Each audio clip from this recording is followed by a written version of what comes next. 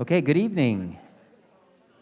Good evening and welcome back to Edible Education. It's May 9th, 2022. We are now in this next stage of dancing, not with systems, but dancing with the pandemic, right? We're now in the endemic stage where we are managing risk. And I understand this week the university has removed the mask mandate. We're just here in a big auditorium with a lot of people, so out of courtesy, going to encourage you, as you might, to cooperate and stay masked. I see most of you are like that, so thank you for that. I think we might, use this 6-foot rule and invite our guest speakers and to free themselves of the mask so that they can be more expressive and comfortable.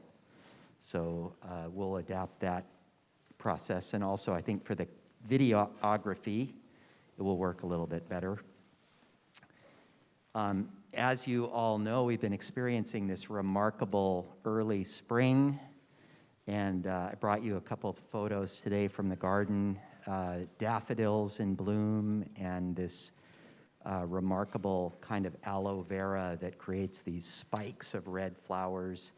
And then over there on the right, that is an emergent Japanese maple leaf and the flower of the tree. It's just, it only stays like that for a day, but it's really incredible that out of a bare branch that was quiet all winter, the tree lost all its leaves sort of in December and January, and then all of a sudden, one day in March, these little hand-like forms just start to unfurl, and to me, that's just a remarkable sign of spring, and those colors are beautiful, and those little red flowers at the base, they are the seeds that will produce additional trees, and this type of Japanese maple actually volunteers. That's the word that is used when a seed just falls in the ground and starts a new tree. And I always watch for that each year, and I've potted up over the years dozens of Japanese maple volunteers to give to friends. And so it's really interesting to see how a plant can travel. Of course, here it's spring, and Pooja, my slides are not advancing, so I might need your help. It's here it's spring, and as we know, in parts of the world, it's still winter. It's a deep winter still in Ukraine, and you've probably been following the news, but 2 million people have now left the country. Half of them are children. It's really remarkable. It's still very upsetting and tragic situation. This class is really about values and food systems and action.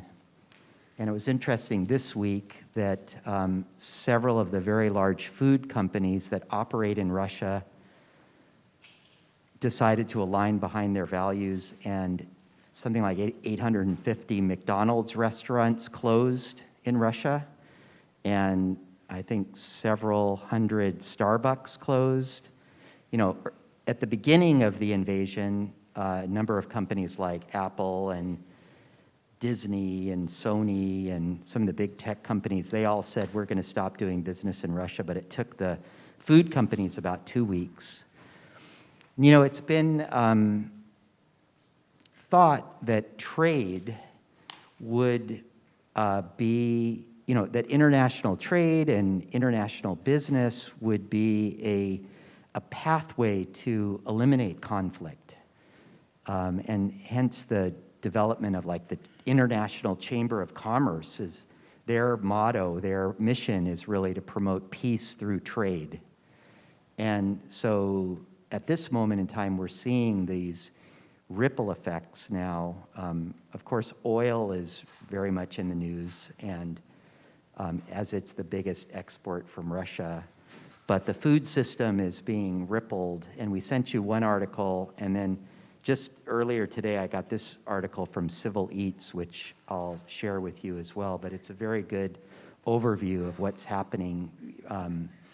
Ukraine is a big exporter of wheat and barley and other grains, and there's some concern that if Russia takes control of those commodity crops, that it will really ripple through the food supply in all of that part of Europe and beyond.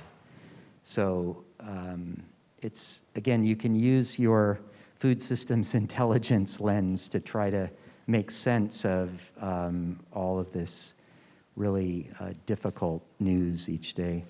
I'm going to have to go manual here. Thanks. Can you advance it?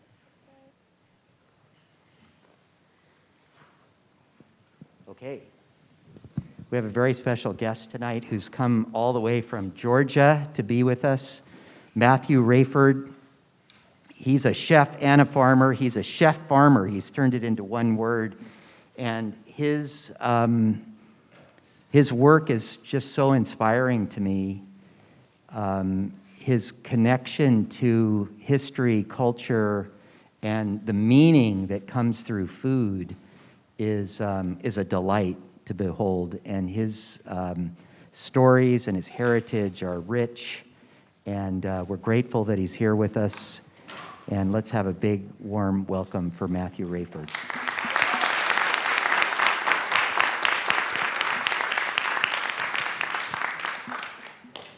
Hello, good evening. How's everybody doing? Doing well? Okay, awesome. I have no idea why I'm here. But those French fries look really good. I just want you to know that.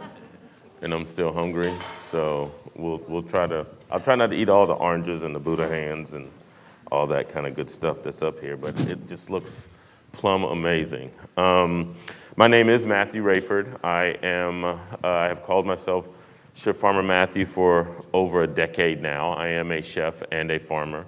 I'm also do you all mind if I take the mask off? Thank you. I am a chef and a farmer. I'm also, by the end of this year, I'll also be a certified wellness coach and also own my own soil lab at our farm. One of the things I understand this building talks about is lifelong learning, right? That you never, every time you get to that one point in life, there's an additional thing that you either someone tells you about, you read about, or you just happen to stumble upon. And so today we're going to talk a little bit about lifelong learning and some of the things that I've learned. And also I would like to ensure that you all stay engaged. So if you have questions, even if it's in the middle of while I'm talking, if something hits you, I don't want you to think that I better write that down. Like, just pop your hand up, and if you have a strong enough voice and I can hear you, I'll try to repeat the question back to the room, because I think that's very important. Sometimes I'll hear something and somebody else is like, I didn't even hear the question. I don't even know what he's talking about right now. So I want to make sure that we do that. I'm also extremely animated. And if I offend anyone with any of my animation, please let me know, because I can tone it back a little bit also.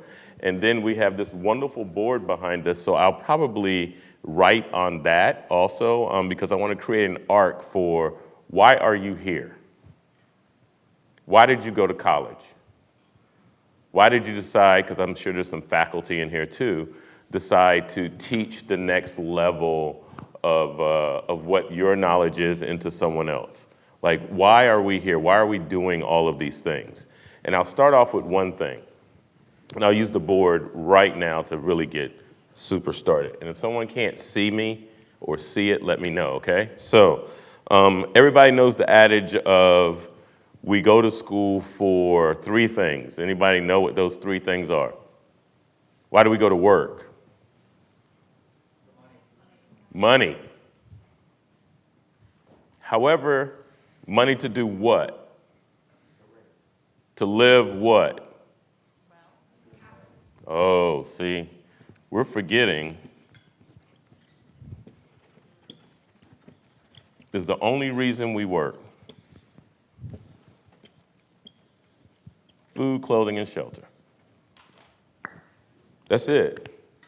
Now, how big your house is, that's another story, right? What kind of threads you have on, that too is another story.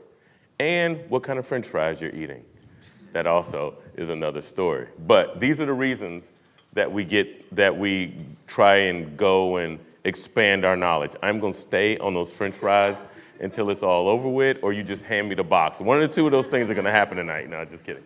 But food, clothing, and shelter. So I'm gonna start off with my family's origin story, and then we'll work into food, clothing, and shelter and lifelong learning. And if there's any questions that you have directly that you wanna make sure that I hit, please, please, please jump in. And that goes for you too, young lady. All right, cool. Okay, so my origin story starts in 1812. Jupiter Gilliard was born enslaved in South Carolina. He made his way, we're not sure whether it was all through just being enslaved and being consistently sold over and over again, but he was a woodworker and an iron worker. And he eventually ended up in Brunswick, Georgia. When he ended up in Brunswick, Georgia, after emancipation in 1874, he bought 476 acres of land. In 1874, anybody know how many years that is after the Civil War? About 9 years. He paid $9 in taxes for it. So basically he had to earn $1 a year to save up. But before he did that, he also had to pledge allegiance to the 25th Military Regiment, that if he created any food stocks, if he created any sort of wealth, that he would not turn it over without a fight against the Confederate. Very interesting thing, right? It's like getting conscripted without being conscripted, but you know something could still pop off, right? Because this thing was like brand new. Like it was still, night riders were still happening. All the things that you've heard about the South was still happening in this particular time period. So that's the beginning of my origin story. Now, if I fast forward, I'm the 6th generation to be on this land. My children are the 7th to have planted, harvested, and eaten from a crop off of this land. Food, clothing, shelter.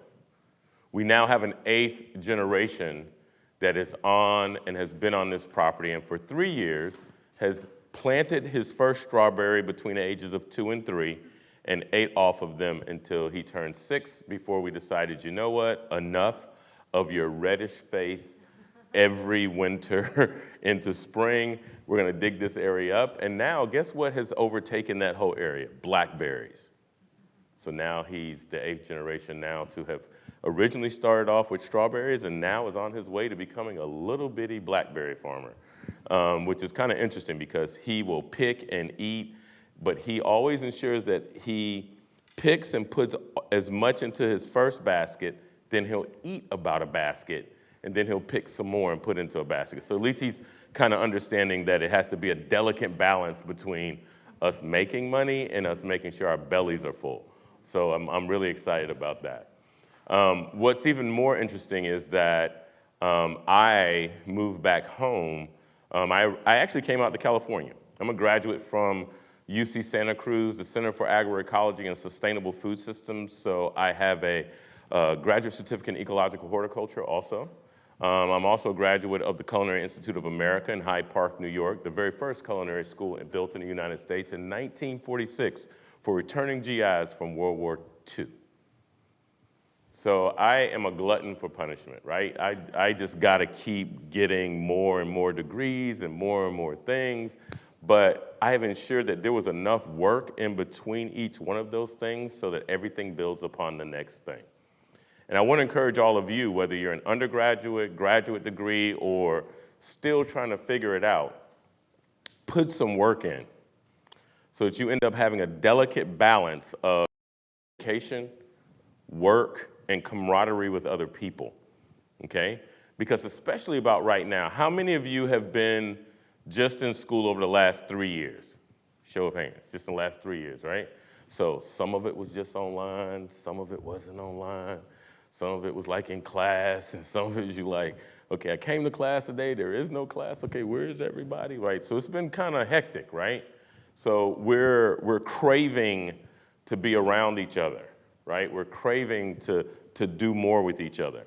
So if you have a chance, create that delicate balance. Now, for some of you that have only been in school for 3 years, there's some of you who have been in here 6 years, 7 years. Do we have any 10-year seniors? No? Okay, I'm just joking, just joking. I hope we don't have any 10-year seniors.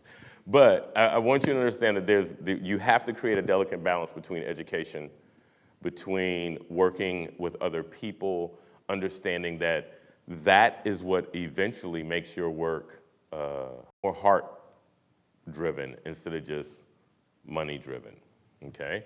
Plus, you all are also of that generation right now where you have everything at your fingertips. Every single thing you could possibly imagine is at your fingertips. Not so much for Jupiter. He had to figure out what the land was going to give him, right? He didn't have a soil lab that he could go to, right? He didn't have all of the magical things that are out there, such as like rain gauges, right? We take for granted that we can actually open up an app and go, it's not going to rain right here where we're standing for the next 20 minutes, so we don't need an umbrella, right? What we do is, and it could be cloudy. We don't have that, Jupiter didn't have that, right? So his food, clothing, and shelter was based upon exactly his sense of place, right where he was. That was it. Well, now you all can come from LA, come to school here, right? Travel and do all of those things, which takes you back to going to school for making money to do food, clothing, and shelter. Okay, see how I'm bringing all it always ends up coming back to that conversation because Jupiter's first thought process was, I need to take care of my family. He did a very good job of that. I am on that land working with my sister and my wife and my kids whenever they come into town, and it's 40 to 50 acres that we have now. What do we grow? We grow rice, hibiscus. We don't have any orange trees, which now I'm really thinking I might need to plant some orange trees now because these things smell so good. But we do have tropical snow, which is a peach. Because of where we're located in Brunswick, we're in plant hardiness zone 9A. So we're as subtropical as you can get and not either be in the middle of Florida or the Caribbean. We're extremely warm. As a matter of fact, it was 82 degrees 2 days ago. So henceforth, why we're planting rice and hibiscus and ginger and turmeric, okay? We also have the tropical snow peach, which is just amazing. It's kind of like this whitish orange peach, whitish orangish colored peach on the inside and not too fuzzy on the outside. It's like really like super juicy. My God, this orange smells so good. I might give up on those French fries now that I have this orange in my hand. So we're growing those things. We have other crops that we're growing, and I'm sure some of you will ask me more questions about those things and why we're growing and how we're growing those things, and we'll talk about that. But I just kind of want to give a brief overview of like that's kind of how my origin story got started. My dad didn't want me to go to culinary school. He's like, there's a lot of things you can do, son. Cooking ain't one of them. And the reason for that was because he was a baker by trade from the 50s and 60s. He had something called dyslexia, which back in those days, it was the R word or the word called lazy, okay? So my dad learned how to bake, and if anybody knows, anybody here bake at all? Did anyone go into the sourdough challenge at all? Okay, no sourdough challenge, okay, but some of you bake. I saw some hands go up on bake. You know how baking is an exact science? Once you put it in and put it in the oven, you can't do nothing. You can't take it out. If it fails, right? So imagine having dyslexia and being able to become a master baker and then decide, oh, I have a family. And my dad decided, anybody ever have heard of the Great Migration? Anybody? Great Migration, okay? Massive amount of African Americans and white people that decided to move up north because of industrialization. Well, my dad decided to do the opposite. he decided that he didn't want us to grow up in Bridgeport, Connecticut. He wanted me to move back to my mom's family's land in 1970 into the Deep South. So I didn't grow up for any fond affection of the South. I grew up with the South. As a matter of fact, there's a word that they call right now, it's called the New South. Anybody ever heard of New South? No? Look it up. Just, matter of fact, type in New South on your smartphone and watch what pops up. Now, what's super funny is there's no new California. There's no new Midwest. There's no new North. There's only a New South, which is a branding technique for people to get people to think that the South has changed. You can't change when you still have the same what? Old people still there with the same mindset, right? So my dad moved us there and found out that he could not get a job because, and I hope I don't offend anyone if I do, please raise your hand, I won't use the word again. They actually told him at one of his job things, nigga, you know too much. Because he didn't learn how to read or write till he was 25, so because of that, he could visually look, put flour in his hand and go, oop, that's a cup. Oh, that's a teaspoon. And when he went in for his blind baking test, he passed it with flying colors, never, ever picking up a measuring cup, a measuring spoon, or a pot of any specific size or sheet pan of any specific size. Photographic memory. So my dad had no love for anything that had to do with cooking at that point. He ended up becoming a boilerman for the Lewis Crab Factory. So basically, they would go out all day, pull in the crabs. My dad would go work from 11 to 7 at night, just boiling crabs, so the pickers could come in the next morning and pick the crab meat out that went into the cans.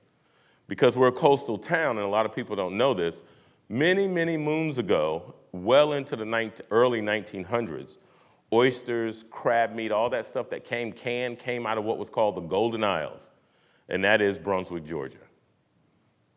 It's called the Golden Isles because Brunswick doesn't sound too cool, right? But Brunswick is some of the reason that some of y'all are still living and are here. Because Brunswick is one of the original 5 ports that George Washington put into place. Original 5 ports.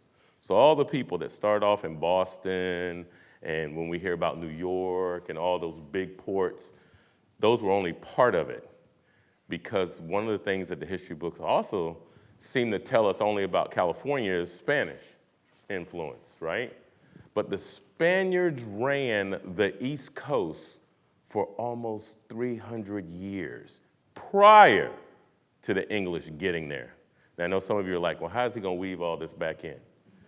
Well, how it all gets weaved back in is the way food moves and how people move, this orange, citrus, right? All has to do with food at its origin.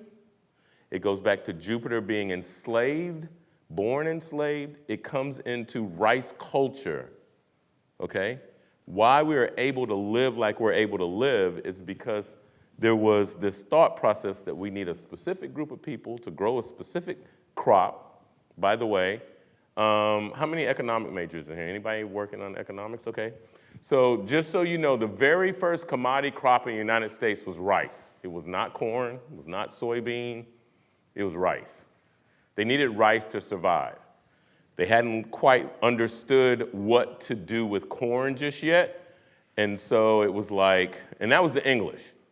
Now, when we start understanding the movement of food, movement of people, okay, we start understanding how all those things end up being where we are right now.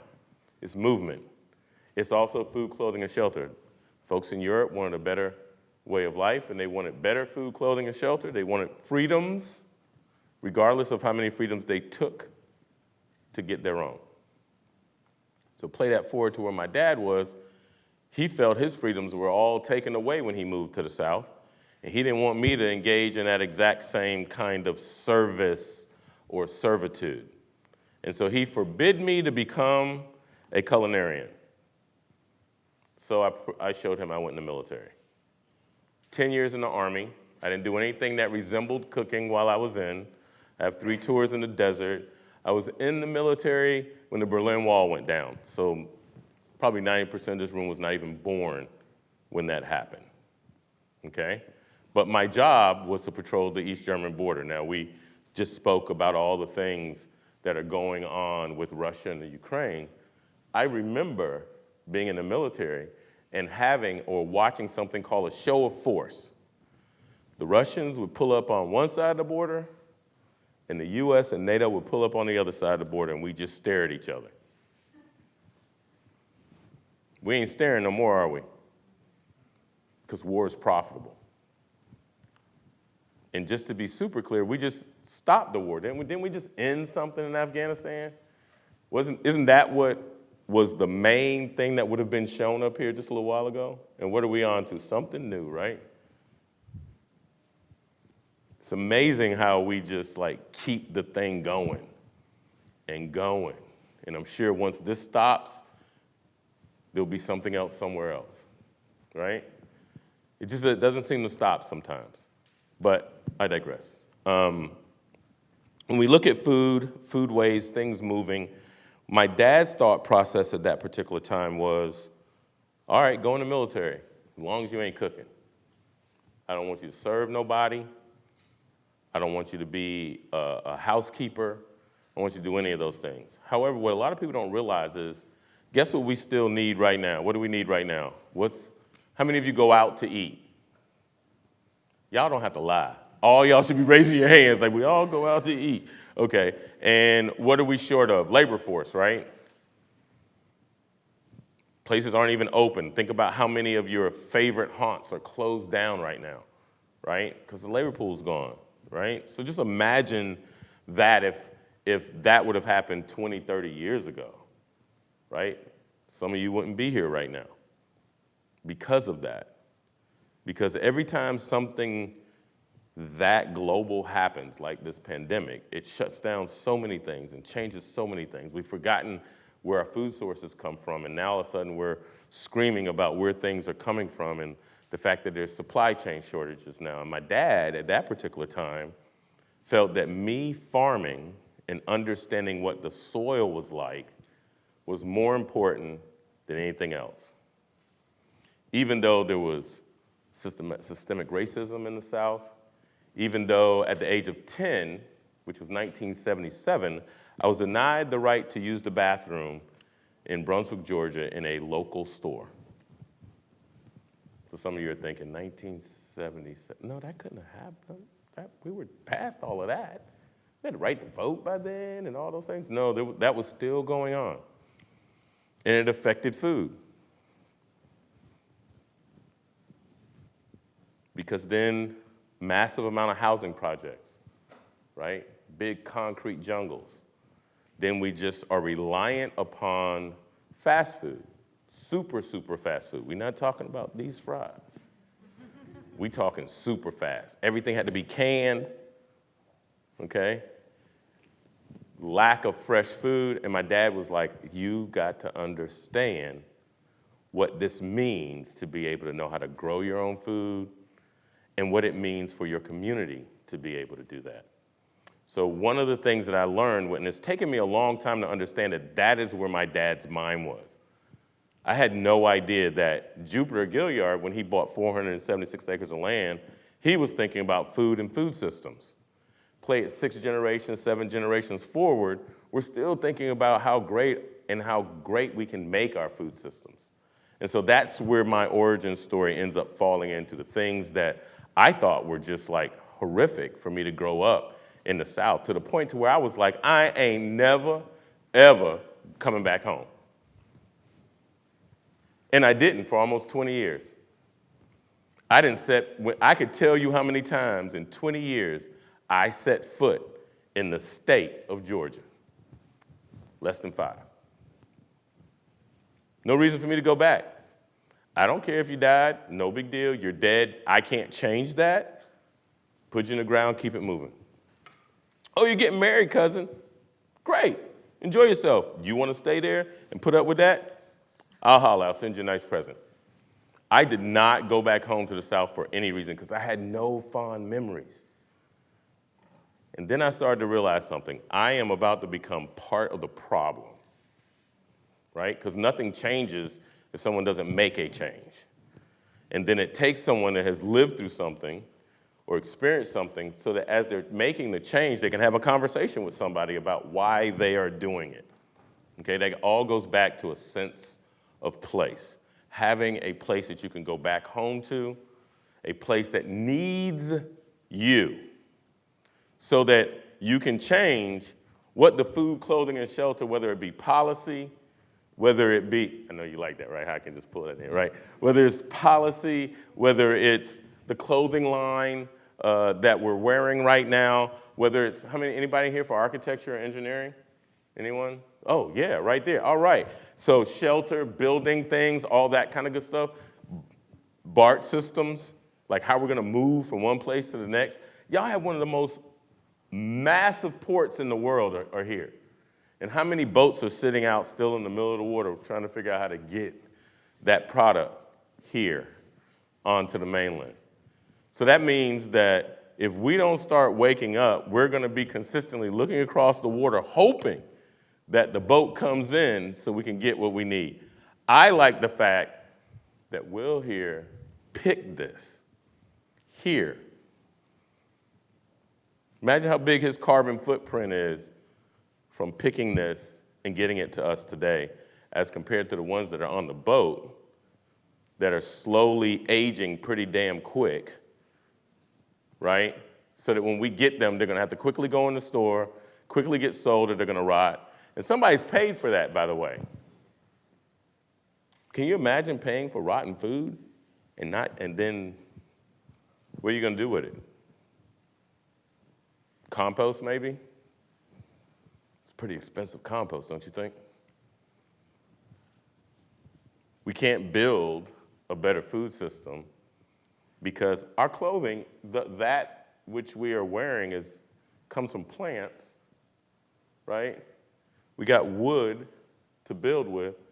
If we aren't paying attention to what we're doing, what do we end up with? Nothing. California's been on fire for a while now. It's a lot of wood. It no longer exists. And it took 200-300 years to grow in the first place, okay? And I'm not saying it as a laughing matter. I'm saying it as what are we going to do now? Are we going to plant some more trees? Because we continue to plant. Also, we don't take care of home enough. Like, we're planting trees in the Amazon. How many people here know anything about a tree thing that's being planted here in California based on the fact of all the fires that have happened? Is there one? Something to think about, right? We're thinking about other people and haven't taken care of home at all, not realizing that, how do we get oxygen? Don't we need the trees? What happens when there's no trees in California? They've all been burnt away. And we're planting trees in the Amazon still. We also have to think about home. We have to take care of home. That is actually the old way of thinking about things. You take care of home first, then you worry about the rest of the world. How many of you have ever flown on an airplane? Y'all know the old adage, right? When that mask drop, boo, you cute and all, but guess what? I'm going to put the mask on me first, and if you pass out, that's your business. I'll slowly get it over and try to get you and get your seatbelt back on, but I'm taking care of who? Me first, right? And as Americans, we have to start thinking about that. Are we taking care of home? As a matter of fact, here's the deal. San Francisco has a massive amount of homeless population, am I correct? The United States does as a whole, people that are completely misplaced for whatever reason. Are we taking care of them? Collectively, we can say no. So if we don't take care of home and we run out and put all our money in the rest of the world and haven't taken care of home, basically, we're setting ourselves up for failure because, back to them three things again, what happens when home hasn't been taken care of, right? Anybody here in a relationship of any sort? Yeah, a few of you raise your hand, right? If you don't take care of your partner, you better find another one, right? Okay. America, with this land that we're walking on, is our partner. If we don't take care of it, at some point, it's going to fail us to the max, and we're not going to be able to find another one because we know that the rest of the world don't want us to go into their houses, plus their stuff is already messed up. Food, clothing, and shelter. We can't send all of our clothes to another place. How many people here are cold? That live very, very much so in the state. Did you want to ask a question, or were you saying you were cold? You want my jacket? You're good? You sure? Okay, no problem. But really, we have to take care of home. And I know that in some ways, for some people, it seems like a tough conversation to have, or kind of rough, because we just got finished watching like the crazy, wildest videos ever of what's happening in the Ukraine. It is crazy. Been there, I've seen it firsthand. I understand it. However, I also know that Ahmaud Arbery got killed exactly 10 minutes away from my farm. Exactly 10 minutes away from my farm. So if I don't take care of that and try to change that, and I decide, you know what, I ain't gonna worry about that right there. I'm gonna worry about going across somewhere else. This is going to continue to fall apart. And we have to pay attention to that because, see, part of this is, it ain't about me being a change maker. By the way, just in case you're wondering, I'll be 55 this year. Thank you. Appreciate it.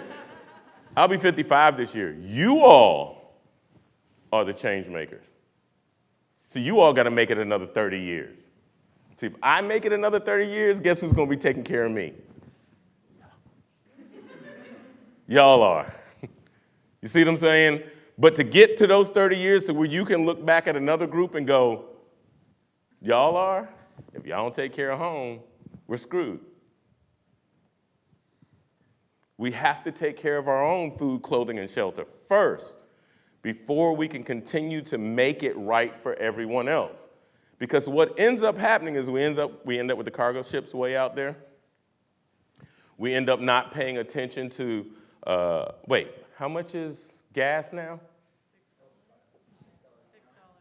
Only in California. It is not like that anywhere else in the world. $6 for gas, and we have enough oil inside of the United States for 100 years. Please help me, somebody. Somebody help me. Walk me through. Those of you that are in economics, help me. Walk me through where that makes sense economically. Does that make sense? 100 years. Do you not understand that that's your children's children's children? We have enough oil right now for everybody in here to procreate, and their children procreate, and their children procreate. What are we concerned with exactly? If we can't take care of, remember, these are basics. You all are the change makers. You all have to make the decisions on how you're going to take whatever your education is, whatever you're studying, whatever you think you're going to become, and make it better. No longer the day of just not putting the mask on ourselves, because we're starting to see how quickly it's starting to fail us. It's failing us miserably because we also can't act to help someone else correctly anymore, right? We've made enough policies now to where it's a cog every time we want to change something or make something happen better. It's like, nope, that can't happen. And then it's like, well, I've worked out all this stuff so I can get to the French fries. We take this away, and then we go, oh, nope, that can't happen. Then somebody else comes along, and they put another policy, and then we're like, okay, that's out of the way. Nope, that can't happen. Can you imagine what it's like to be on that wheel? We're on it. You can have that orange now. No, I'm not giving you my orange because you won't give me any of your French fries. No, just kidding. We have to get off the wheel. We have to take care of each other. We have to take care of our place that we're in. We have to continue to build, right? So, show of hands, how many people in the room have had a job working more than 40 hours a week over the last year? Show of hands.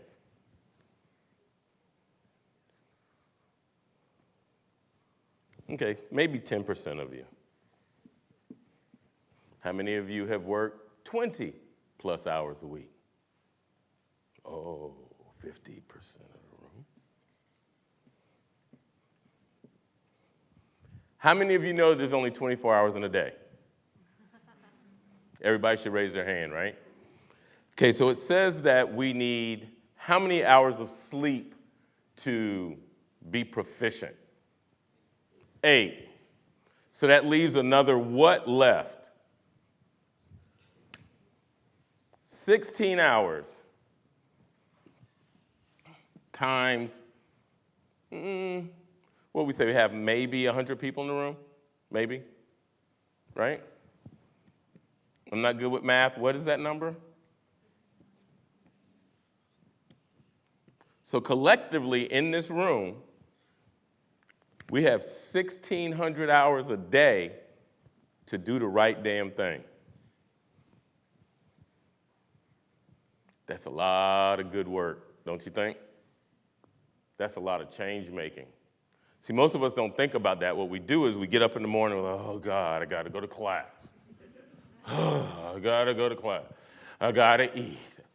I gotta worry about, I don't even like her. I don't even know why she keeps coming by my room asking me to help her, right? We spend more of our time in our day worrying about some ish that we have no control over. You ain't got no control over if Matthew comes over, I'll use myself as, I come over to your room and I go, look, this is the second damn time I came over here. You still don't have any French fries for me? Like if I could do that every day. You know what? You know what I'm saying? Some of you have that annoying person that's somewhere in that hallway that just consistently annoys you with the exact same thing. You can't change that person. That person is that person. Don't worry about them. You still got the rest of the day, right? We need to start making moves like that. We need to take the 100 people that are in this room. How many of you know each other? Yeah, most of the room don't even know each other, right? How many of you have come to things like this before and still don't know most of the people in the room? Y'all too old for that. Y'all way too old for that. Now, I give you that if you were in middle school, maybe, right? You're not that busy. You ain't got that much going on because less than 10% of you work a job in 7 days a week and hit 40 hours. Less than 10%.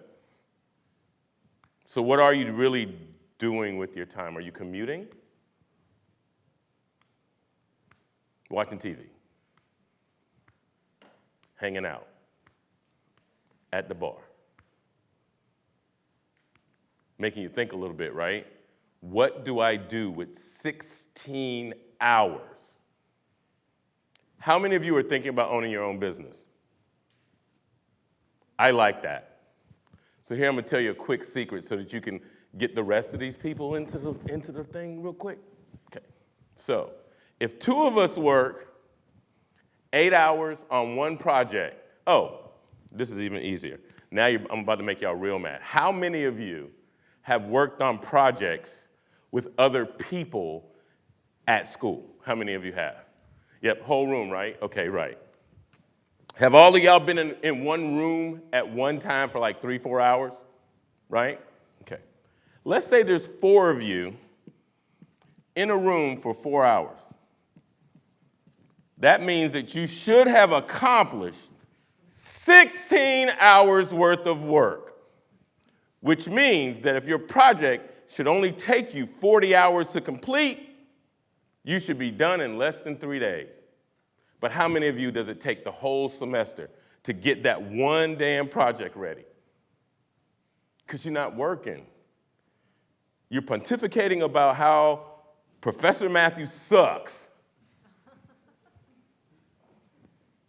You're trying to figure out why her French fries smell so good and she didn't bring them for everybody else in the room. You're having a conversation about the art, everything but the work that needs to be done. And you wonder why your grades fluctuate. You wonder why it's so hard to get an A. It's hard because you're not using the hours you're given. If we started just using that little bit of time that we're giving, being a change maker would be so easy, right? Because I could take this front row right here, these 4 young ladies right here, and add myself. The 4 of us could go take one project and put in 20 hours worth of work. Are we not halfway through a full week's worth of work?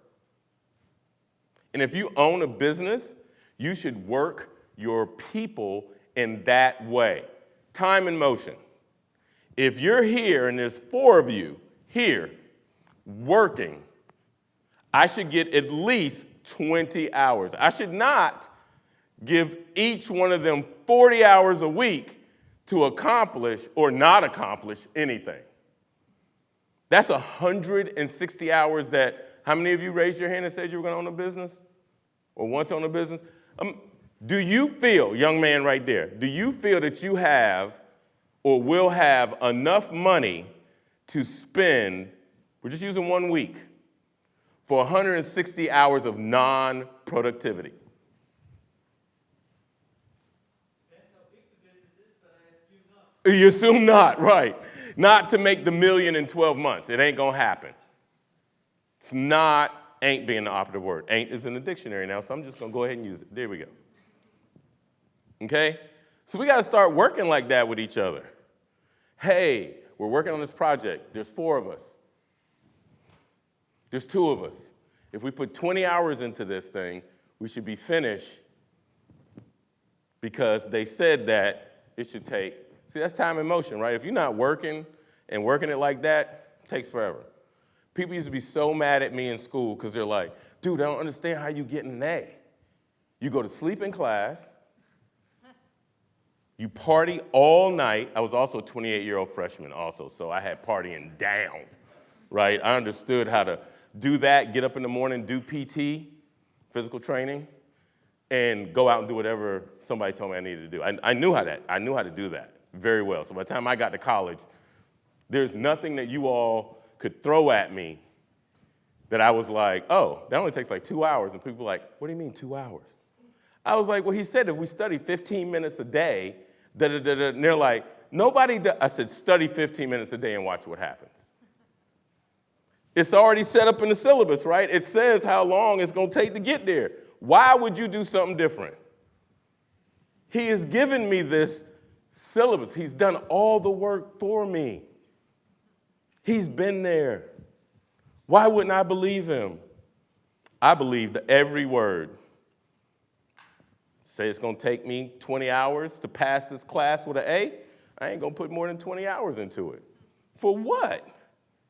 He done told me that I'll get an A if I put 20 hours worth of real work into it. See, I want my food, clothing, and shelter now. I don't want to wait. You know how you get those, it was always funny, like Doogie Howser and things like that. Like, how does this little kid be so intelligent and so smart? It's time management. He was like, I'm only going to work on this one little thing. Once I got it, I move on to the next thing. How many of us work like that? No, we keep studying it and thinking that we're going to perfect it. He's already taught the class. You think it's going to get any more perfect? Unless it's research. How many researchers do I have in the room? There we go. So when it's research, now you're like, well, I need to prove him wrong because he probably don't know everything. He's a little old, so he might have forgot some stuff. You know what I'm saying? When you're a researcher, that's kind of how you think, right? But outside of that, most of us aren't. How many people, I only saw one hand go up, but for real, how many of you are going into some sort of discipline that's going to cause that you're going to need a lot of research? Yep, see, there we go. Not that many. A little bit maybe. Right, so the rest of us should always be able to just do whatever they just showed us to do and make it happen.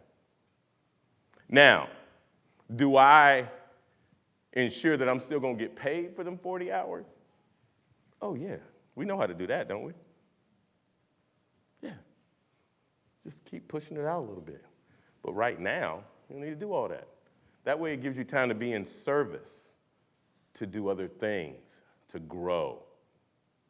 Okay? That's what being a change maker is all about. Seriously. Question over here. I'm going to use this line right here first. Anyone over here with a question? Remember, I'm just going to keep talking if you don't have anything to ask me, right? Okay. They have no more privilege of asking questions. We're done with that side right there. Oh, there we go. I knew it was going to come. He was like, I want to hear something different. How did you decide that food was related and not clothing and shelter as much? I like that. The question was, how did I know that it was food was the thing, not clothing and shelter? Anyone ever heard it put shelter, clothing, food? No, really, I'm being very serious. We've always said food, clothing, and shelter. But the reason being is because without that thing growing out of the ground and putting nutrients into our body, these two other things will never happen. Anybody here ever fasted before? Yeah. Not for too long, because all y'all look healthy. We're not talking about that intermediate fasting. We're talking about fasting for days.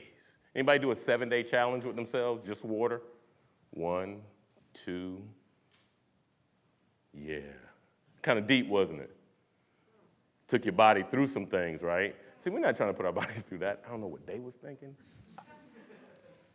But that's why food was always the beginning for me, okay? Because one, it's always said that way, and I always wondered why, and then all of a sudden somebody was like, well, without food, what can you do? You can't do anything. You're too weak. You can't even think. There's nothing you can do. That's how it got started.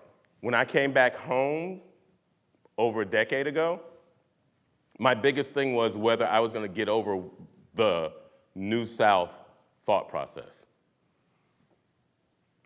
Because I went back home, and you do know that the same people from when I left were still there.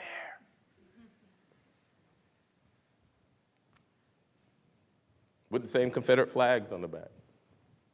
Now, see, some of y'all are like, oh my God, how did he, aren't some of you thinking that? Like, how did he put himself through that? Right? Let me tell you what I just found out this past New Year's when I was at Big Bear. Y'all know where that's located, right? I saw Confederate flags as big as the ones that we have in the South.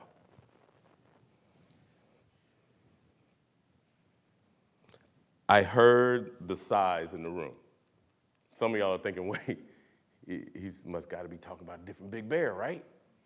No, I'm talking about y'all Big Bear on the West Coast.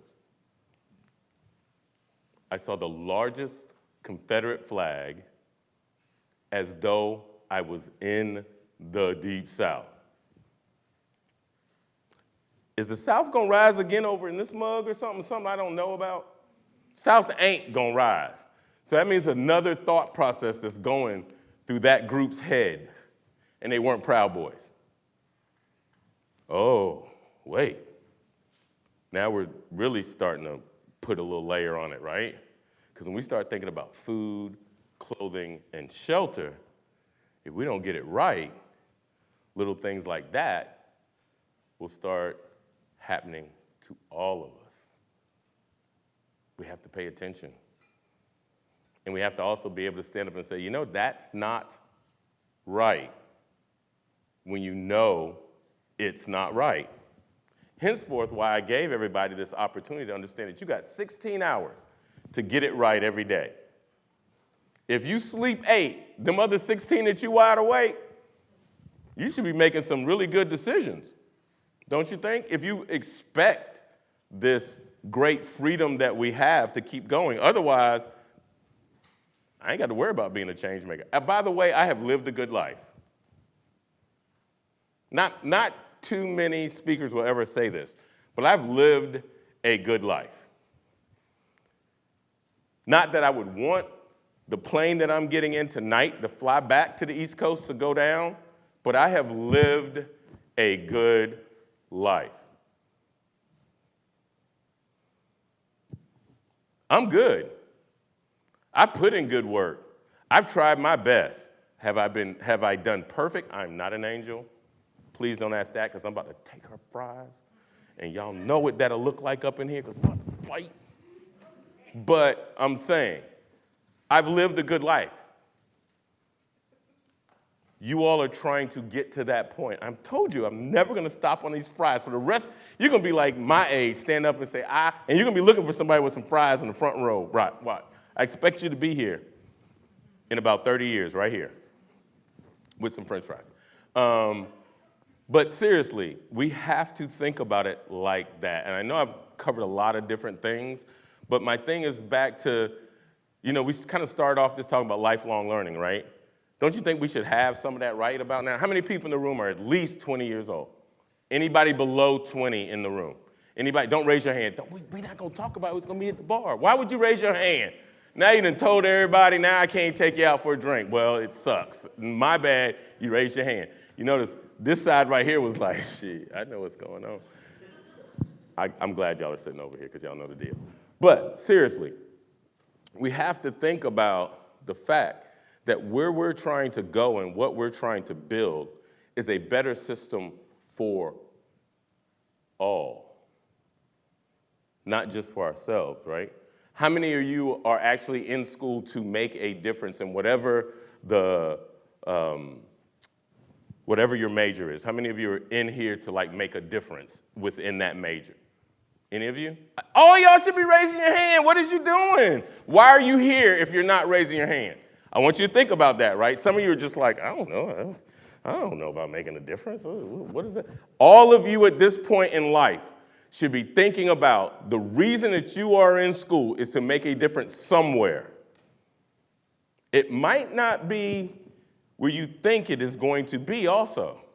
Don't be so stuck on the fact that you're a math major and this is the great problem you're going to solve to make a thing happen. It might not be there. Because a lot of you are going to find out in the next year or two that you're going to have to follow your heart to make that thing right. Some of you that have already declared your major, you know what you're going to do for the rest of your life. As a matter of fact, does anyone in here know the longest any college graduate has worked in the field that they've gotten their degree in over the last 10 years? Anybody know what the max amount of time has been? Because all y'all are in school to get degrees, am I correct? I know, right? Okay. Most college students are not. The average person that has a master's degree right now is not working in the area that they got the degree in. I'm not trying to change you and say, hey, everybody's got to leave Berkeley and go somewhere else. That isn't what I'm saying. I'm saying you need to use those 16 hours so that you do the right thing and learn some other things besides the one thing that you think you're here in school for. Because life's going to throw you a curveball. I don't know what the curveball is going to be, but like I said, I've lived a good life. I don't know what the curveball is going to be. You know what the curveball could be?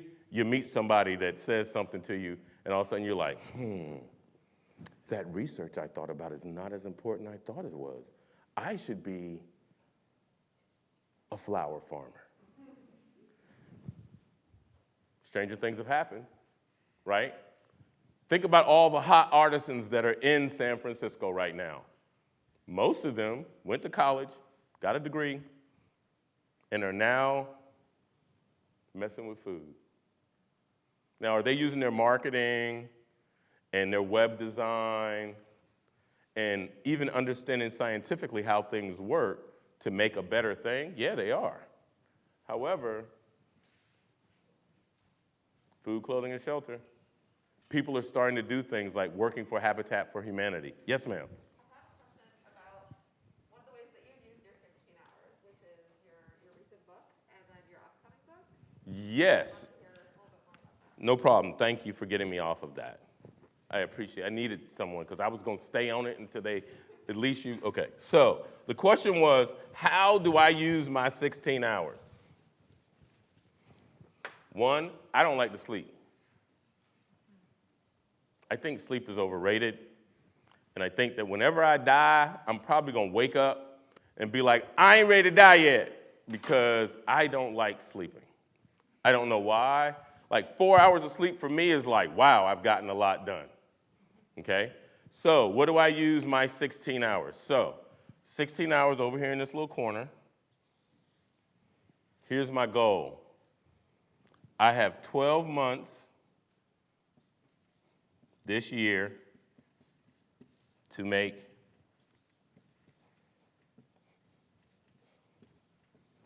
$1 million. And the reason that I have that goal up there for myself is because my book's doing okay, but I want to write a book about companion planting and how, anybody ever heard of Three Sisters?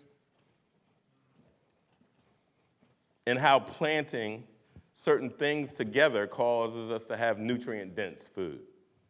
Because I find that that's very important for every community that I have walked in. That's very important. So I take, on average, every day, about 4 hours to work on understanding companion planting and how things work well together. And I do it all kind of ways. GU is very important to me. That's Google University for those of you that don't understand that kind of conversation. Okay, I do a lot of research all over the internet. I have lots of old books and things that I look through, there's a book that was written in the 1940s that's called The Pastures of the South.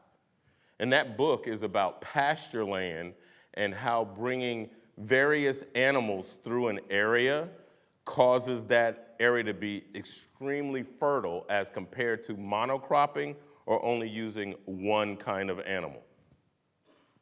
That's very important, especially if we're talking about building back grasslands, especially if we're thinking about never having a dust bowl again. So I use 4 hours for that, okay? I then spend an additional 4 hours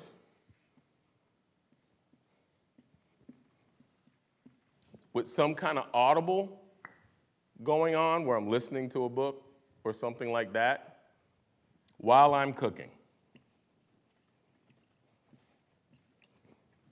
And the reason for that is because the only way you get good at something is through repetition. And I become a very good cook by understanding how to manipulate food using every medium possible. Hot rock, I'm pretty good, for real.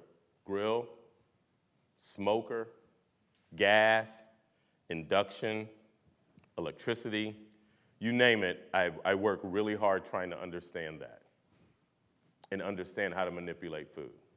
So now I got 8 hours left. What do y'all think I do with the other 8 hours? Honestly, I'll start over here. Anybody want to throw out what you think I might do with the other 8 hours? Oh. I always put about 2 hours in a day to get on a phone call, to either teach or learn. I have friends that I just call just to hear them talk. I always am able to garner something out of it. You know? Maybe I might even tell them a good thing or two. So now I'm down to 6 hours. What do you think I do with those last 6? Family? Nope. Nope. I'm farm fit. So if I'm working out at the farm, there we go. So 4 hours hard is the farm. Because when I work on the farm for those 4 hours, I'm not like pilling around going, ooh, that's a cute little flower bud right there. I hope it becomes a nice orange. Ooh, that's a cute little, the squirrel mentality, the magpie shiny things aren't good for time and motion. But guess what I do while I'm out there farming? What do you think I do when I'm farming? I actually have my Audible on.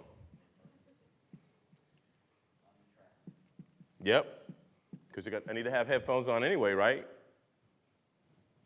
So do you all see how actually those books end up over here? Actually cooking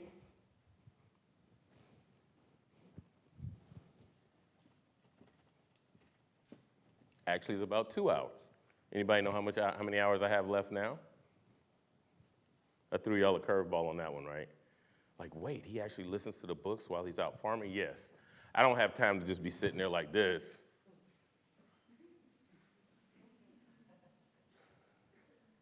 Maybe cooking something. I'm more like, I need to be active, because usually I'm listening to a book that is putting something in my head for what I'm doing, right? So when I'm out in the field, sometimes I'll have something about botany on there, and I'm just like, I'm never gonna see this flower because it only grows in California. However, I'll know it when I see it, right? I'm always trying to learn something new. I also, while I'm out there at the farm, take these 2 hours and sometimes fold that in there too. Y'all see how you can find time to continue to do good work if you start thinking about all the things you can get done in a very small amount of time? Want to do something? Anybody? Someone said family, and I said no. Anybody want to throw something else out there? Eating. I usually do that while cooking. Drinking. Praying. Meditating. There's about an hour of meditation in there. I thought he said praying. I'm sorry. You did say praying. Okay. So there's about an hour of meditation, spirituality that's thrown in there. So now I still got 6 hours still floating somewhere, right? 6? Yeah. Wow. I lost count. Yeah. I make time for other people. I make a lot of time for other people. Because the more you give, the more seeds you end up planting with other people. Those things are the things that are priceless. Taking a little bit of time, like right now, I tell you what I've done. I've gone through 60% of the clothing that I've had over the last couple of years. It's all washed, and I'm giving it to Goodwill.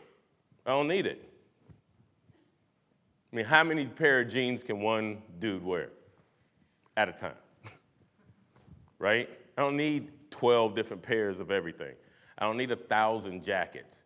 I'm starting to realize that more and more every year, like, why do I have all this stuff when I don't really need it? And I do it based upon, I haven't worn it and it's sitting there, it's gotta go. And it's not about being a minimalist. It's about me helping somebody else because I got enough. A lot of you all come from some serious privilege to be going here. You got a lot of stuff. What can you use that you have to help someone else? And one of the easiest things to give away is some of your time. There's always somebody that needs help with something. And it could be a classmate, a good friend, might even be the professor. Just giving of some of your time to someone else. Because see right here, it says, imagine food as a means to convey and protect cultural heritage, history, and connection. How do we make that happen if we don't take the time to do it? It's not going to happen without time.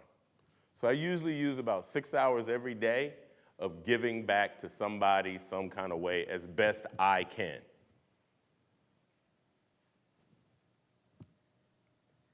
Because ultimately, guess what's going to come back to me? The more good you put in the world, I know all of you have heard that from someone, right? The more good you put into the world, the more comes back to you. Bless you. If you do it again, I'm not going to give you another blessing. You have had enough for today, okay? So I think that those are like some of those things. To be a change maker, you have to give.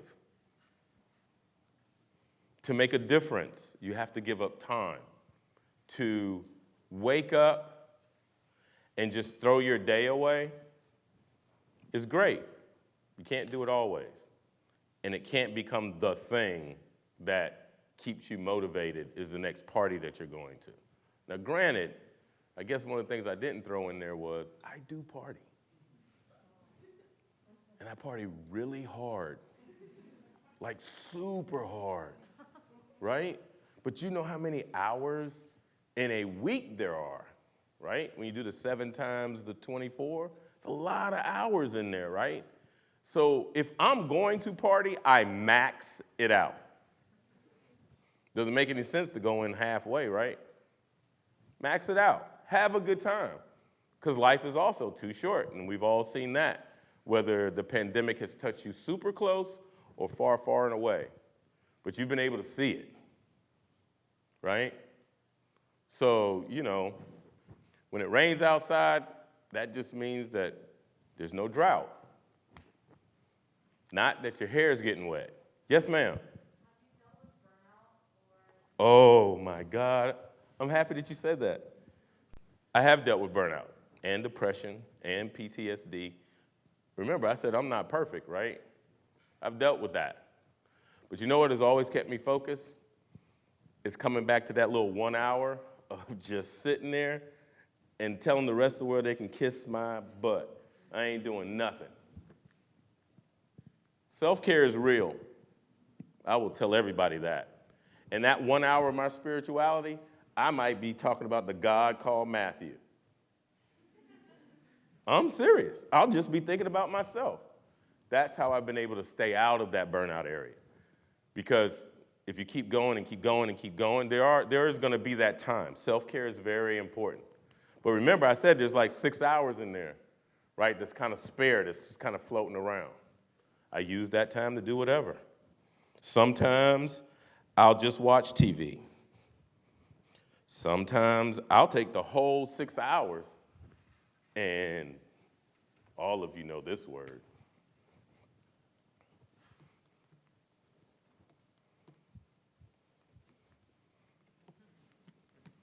Binge watch a whole series and come back and be like, I'm good, I saw all the Batwomen. You know what I'm saying? Like, sometimes I just have to do that, and then I'm good, right? I go back right back into whatever I need to do. We all need to get recharged. Yes? So for me personally, I feel like transitioning, like to work without punishment, Mm-hmm. was like difficult for me because of like the rigorous hours that I have to put into school. Mm-hmm. I also work like jobs outside of school. Mm-hmm. I feel like by the time I'm done with both, I'm exhausted. So what would you, like when you started this like habit of timing your time and being the most efficient, what would you do like for me that I want to start being like you? How do I start? Like how does one discipline themselves? What tips do you have or like what did you do to start? So, freshman wants to understand. I didn't get a name, so that's why I'm using it like that. Okay. What is it? Hathi? Did I say that right? It's Hathi. Okay. I'm not going to get it right clearly, but what she brought up was she's a freshman, she works, she's trying to figure out school, she's trying to figure out having and doing good, right? And how to create a balance. Everybody's going to have a different system, right? So, you have to know when is the best time for you to study. Work your way out, right? What's my best time to study? Some people like to study in the morning, some people at night. Some people like to refresh themselves right after the class is over with. Everybody has a different system. Find out the one that works for you, right? How much sleep do you feel you need? 5, 6 hours, right? Okay. So, and how many hours worth of class do you have on a daily basis? Like actual, where you're sitting there in a classroom? 6. Okay, so right now, we're at 6 and 5, that's 11, so that leaves you 13 hours. Do you work 8 hours? 4, okay. So that means you have 9 hours left. What are you doing with those 9 hours? We just did it. It sounds way too easy, but I just showed you where you have 9 hours. If you take a moment, just a moment, to figure out where those 9 hours lie, you then can say, okay, I'm gonna take 4 of those hours and I'm gonna study. Remember, I said there's a difference between going to class and studying. Everybody knows that, right? So you just found out that you got 9 hours. You just now need to prioritize those 9 hours so that they can flow. I got this gentleman right here, and then you. It's time for me to stop talking. Oh, we're going to transition. Oh, okay. Yes. Yeah, thank you for the honesty. I'm wondering, when do you reflect about your life and the input you get, and how important do you think it is? How important do I think the reflection is? Okay. How often do I take the time to reflect, correct? And what do I do with that reflection when I get it? That's a good question. We've been learning a lot about reflection. That's a good question. As a You know skill what? set. When I start thinking about the God Matthew, I reflect. When I take my time for me, my spiritual time, whether it's meditation or whatever, I take that moment in time to think and reflect on whether it be my day, conversation with someone, talking about French fries, whatever it might happen to be, I take that moment in time.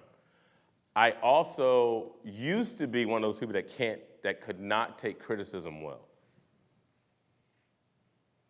So I had to take some time to understand that I need to be able to take criticism, right? And that everybody has an opinion, and I need to understand that it's your opinion may not necessarily be a criticism that I need to take in. You may be saying to me or reflecting back on me what you don't want to happen for yourself. So I've learned to kind of like listen. You know, you got 2 ears, 1 mouth, that whole conversation. And so I've taken time to like take in what other people say to me and about me, also as part of that reflection time. And then I also have a sister that has, my sister Althea is very much so one of those people that has no problem with telling you that you did something wrong and then showing you why it was wrong, right?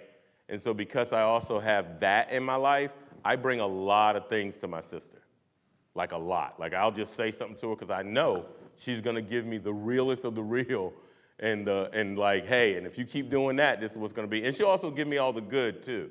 You know what I'm saying? So sometimes you have to find somebody within your tribe, maybe a family member, maybe a friend, maybe a professor, it could be someone else. But you need to find somebody that you can throw stuff out to that can give you some reflection back that you're okay with, or that you can learn to accept so you can start seeing the world in a different light a little bit. And now I understand we're getting ready to transition, so I'm getting ready to sit right here, drink myself a little water, because I've been standing.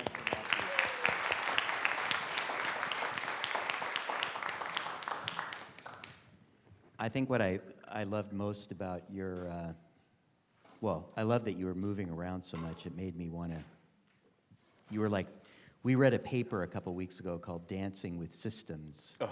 And I think you just embodied it. Oh, okay. Because the way you think and the way you express yourself connects all of these seemingly disparate ideas. Right. But they all come back to this root. Mm-hmm. So does anyone else have any questions for Matthew? Yeah, please. I don't have a question, but I'm also a fellow veteran and a fellow Southerner, and one of the things I've noticed in Berkeley specifically, we're lacking not just black people, but black voices, and I think what you did here tonight is very important for the people of the school to see a strong black man come up here and bring a hellacious message. So from one veteran to another, thank you. Thank you. Thank you. Thank you. Thanks I for gotta remember I got this up here. What is going on? Thank you. You also, I mean, one thing you didn't really talk about in those 16 hours. Well, you know what? I got to say one thing. There's a professor here at Berkeley named Matthew Walker. He wrote a book called Why We Sleep. Oh. Really important book. My wife gave it to about 10 people as a present. Okay. And he's really done a lot of the science about why we really need to sleep. Sleep, yeah. So I know you get by with the 4 or 5 or 6. Well, here's something that I am now doing more of, though. I am actually now getting the sleep I need so that my body can actually reset. When I say I just started doing that, I've just started doing that over the last like 9-10 months. Like Yeah. 4 or 5 hours worth of sleep, I can keep running, And I get with the question about the burnout piece, but the other thing too is I have this habit of like, it's like the mission is like stuck in my head. So right about the time I get good into that REM area and I'm like, oh, you know what I need to do? And I'll fully awake Yeah. and can't go back to sleep even if I put on the most soothing 480 hertz music ever. I call that the to-do list mind. There you go. Most entrepreneurs have it Yeah, because I got it you can't horribly. turn it off. yeah. But anyway, that's an important book and important Why We information. Sleep. Yeah, I mean, he basically, like so much research has been done on how our eating habits manifest as chronic disease later in life. yes. And it turns out sleep is implicated in similar ways, so Okay. it's important. Well, yeah, I but- guess I'm getting healthier then. One of the things that I wanted you to talk a little bit about was that you also, in addition to doing all the learning and the generosity, you also create a lot of experiences for people through food. I've seen you do it. You have a way. You were telling me about something you're going to be doing in New Orleans soon. So, can you talk a little bit about that? That's sort of how you create these like experiences that change the way people see the world or food. Like food experiences. Yeah. I just had an amazing opportunity in Charleston to do a dinner called The Roots of Rice. And Chef Kevin Mitchell kind of directed it. And he had a conversation with all 5 of the chefs, and he said, hey, I want you, based on where you're from, to bring a rice dish and give the importance of why rice is such an important dish. And we had someone from Korea, and as she brought it in, it was like this whole kimchi and rice conversation. And then we had another chef that was from New Orleans, and he brought in the importance of I'm probably going to say it, the kalas, the rice kind of like cake that the enslaved women were able to use from leftover rice that allowed them to purchase their freedom. I did a dish based on rice grits, which is like broken rice or middlings, and seafood because we're a coastal town, and I used oysters because oysters used to be one of our many seafood things that we did. And then in his particular case, Chef Kevin Mitchell, he did a jollof rice to show the importance of rice in Africa. So we covered all of those different places. And I think having conversations about food and how those things end up where they are and doing what they do allows for that experience to take people into this place of, oh, wow, we are more alike than we are different, right? Especially when we look at West Africans. My ancestry is Ghana and Cameroon from the Akan and Takar tribes. And understanding that those people were specifically brought for rice cultivation, for me now to be working with Condemnation and the Jubilee Justice Project and the reclamation of putting rice back into the people of African descent that were brought here to do it, has become part of a mission that I'm really entrenched in because I'm starting to understand that paella coming out of Spain is really no different from shrimp purloo that comes out of South Carolina, that's no different from shrimp creole that comes out of Louisiana. And that the Moors, who had conquered Spain for all those years, actually are the ones that brought rice to Spain. So when I start to understand all of those different connections, it ends up becoming a tapestry or a thread that I could very easily hand someone over here, and by the time it was all done, it would all be connected and we'd come back. Because I'm looking at how many people here don't eat rice? Ta-da! See? All of y'all are the same. But we don't want to have that conversation and use food as that litmus, right? Because then it means that I got to actually say I'm kind of like you. Right? How many of you like spicy food? Now, see? That means the whole room here could eat some kimchi with some fried rice and be good. It means we're all alike, right? Or with some curry.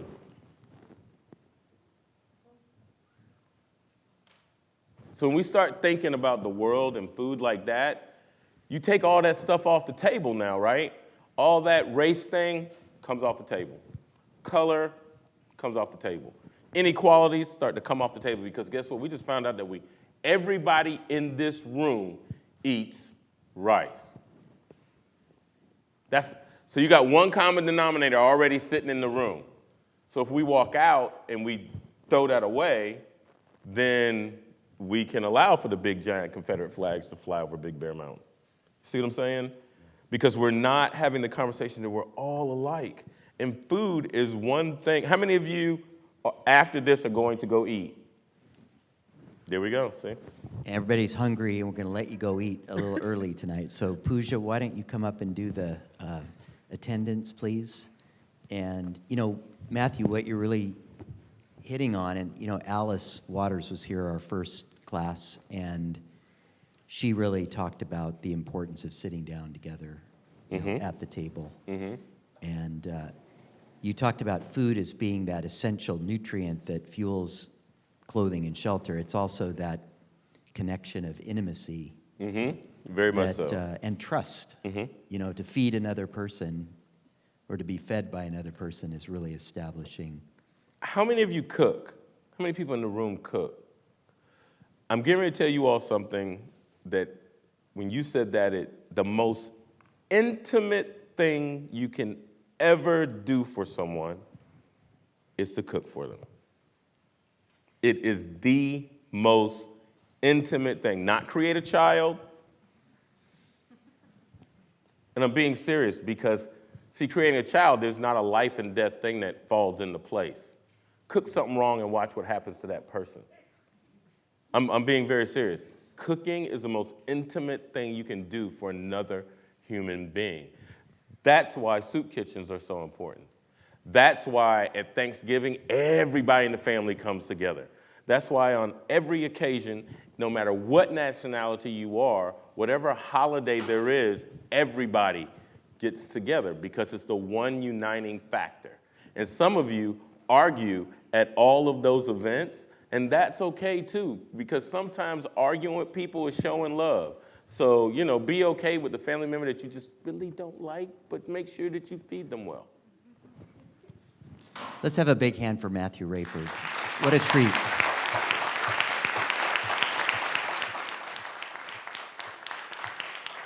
We're going to, next week, we're going to start to turn, we've been sort of values, systems, and next week we're going to kind of take a turn into entrepreneurship. So the next three speakers and guests are going to be people who are founding and growing different enterprises that are transforming the food system. So we'll see you next week. Thank you all.